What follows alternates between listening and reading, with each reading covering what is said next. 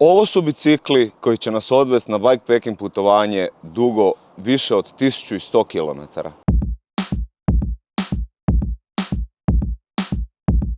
Pozdrav, ja sam Josip, a vi gledate biciklizam.net. Predstavit ćemo vam naša 3 bicikla s kojima idemo na putovanje od Grčke do Hrvatske, naravno, biciklima. Prvo ćemo krenuti sa mnom, ali ostanite do kraja videa jer zadnji bicikl je bicikl koji još niste vidjeli na našem kanalu. Ovo je Sava Grus 2.0 gravel bicikl, posuđen od firme Kolesa Sava iz Slovenije. Bicikl ima 9,9 kg, karbon je, ima gume 40 mm, GRX 400 oprema i ima jako puno ovih prihvata koji su mi odlični baš za bikepacking, za razne torbice, dodatne nosače bidona i tako dalje. Neću previše dužiti jer ovaj bicikl ste već vidjeli na kanalu, ostavljam vam tu playlistu da pogledate sve videe o njemu. Ja sam ga do sad već dosta izvozao, kao što vidite cijeli je prljav od zadnje vožnje. Ovo su mi zadnje nekakve vožnje prije putovanja, samo da probam se što više priviknuti na bicikl, priviknuti na gravel biciklizam, ajmo to tako reći, na penjenje i spuštenje po makadamu i na tu poziciju na biciklu. Šta bi još mogu dodati? Pa to je to zapravo o biciklu, nemam šta reći više, jel tako? Na biciklu sam čak i prije putovanja odradio bike fit kod Saše Smolinskog. Taj video ćete uskoro gledati na našem kanalu, kako bi bicikl bio što udobniji za predstojeće putovanje. Ništa nisam mijenjao, sve stok kako je došlo s biciklom iz trgovine. Promijenio sam samo sjedalo koje meni više odgovara, to je moje staro sjedalo.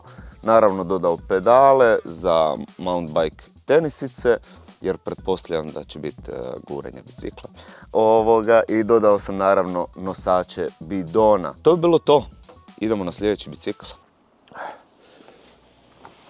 Vidi, Crow Ultra čarapice 42. Navukao sam ih malo, ali dobre su. Ja sam Ivan, a ovo je moja, to jest ne moja, nego Ciklocentrova Kona Rove LTD perjanica. Kone po pitanju čeličnih gravel, odnosno endurance bicikala. Ja ću to koristiti za put od, ko što je Josip rekao, 1000 i kusur kilometara i puno 1000 metara visinca. Od čega se sastoji taj bicikl serijski, to su GRX grupa. Ako se ne varam da je od traga 34 kazeta, 1134. Napred, ubi me, nemam pojma, mislim da je 48 ili 46 zubaca. Ono što sam ja na njemu napravio trenutno, stavio sam SPD pedale, ove 520 Shimanove jer mi najbolje odgovaraju i najjeftinije su i rade super. Stavio sam 2 nosača bidona, side load nosači, jer imam frame bag koji ću staviti ovdje, to ću pokazati u jednoj slika ili videa, znači da mogu dobavljati boce sa jedne strane. Gume koje ću staviti, skinut ću ove gume, jednu od njih ću furat sa sobom kao rezervu za svih nas, za svu nas trojicu, jer će pasat svima u vilice. Stavit ću kontinentalke, 45 mm gravel gume koje bi trebale biti super, fino se rolaju, ne bi me trebale puno usporavati, a trebalo bi biti lijepo mekano.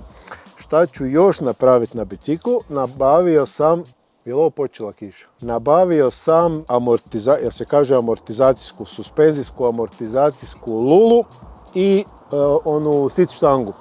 Ona je red šticnu, jel? Red shift, da.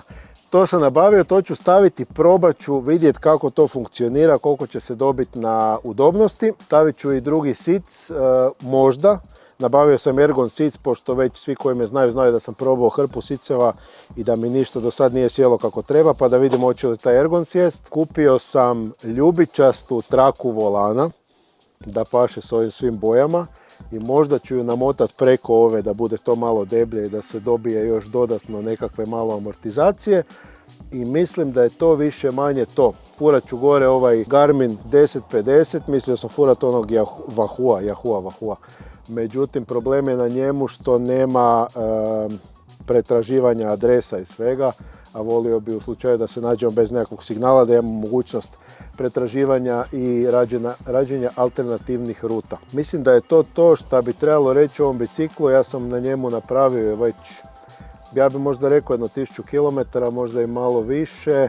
Čelik guta sve te neravnine po cesti fantastično, sa ovim dodacima to bi trebalo biti još udobnije. Nadam se da ću pozitivno mišljenje imati nakon ovako nekakve dugačke rute.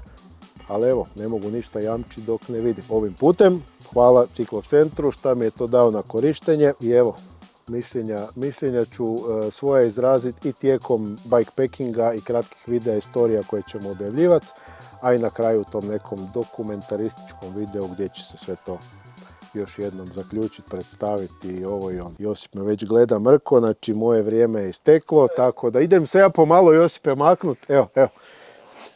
Sad će gospodin Ivan Malić, on ima jedno 10 minuta. Vidiš, ovo je side, to uopće nisam razmišljao, pa ja neću moći vaditi bidone. Ja sam Ivan i ovo je treći najljepši bicikl od sva tri. Canyon All Road, to je u biti cestovni bicikl, najjeftiniji Canyonov cestovni bicikl koji sam ja malo konvertirao da bude gravel. Originalno dođe sa 34 mm gumama, ali svi ti današnji moderni bicikli imaju prihvat za šire gume, stane u vilicu, mislim 40 tehnički, možda bi 45 mm stalo, tako da ja sam sastavio Schwalbe G1 gravel gume od 40 mm.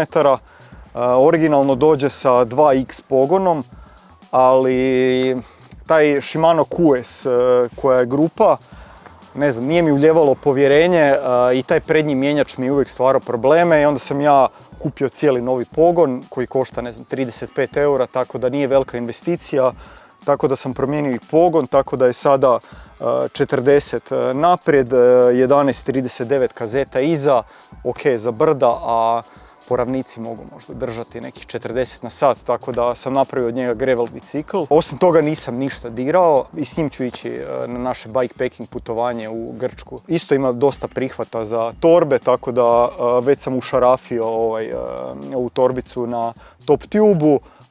Planiram staviti torbicu jednu na volan, frame bag, saddle bag iza, tako da bikepacking bicikl definitivno će biti pogodan za ovo putovanje. Što se tiče same opreme, to je aluminijski bicikl, okvir je od aluminija, karbonska je vilica, kažem Shimano QS je grupa, to je neka najosnovnija Shimanova grupa, sad to stavljaju maltene na sve te početne bicikle. Meni se čini stvarno ok, šaltanje je skroz ok, malo nekad grubo bude, ali više manje radi svoj posao. QS je i hidraulične kočnice, tako da skoro sam zadovoljan samim Shimanom. Tako da to je to, nekakav najosnovniji bicikl, radi svoj posao, mislim da će biti sasvim pogodan za bikepacking, makadam lošije ceste kakve očekujemo po balkanskim zemljama, Grčkoj, Albaniji, Makedoniji, Crnoj Gori,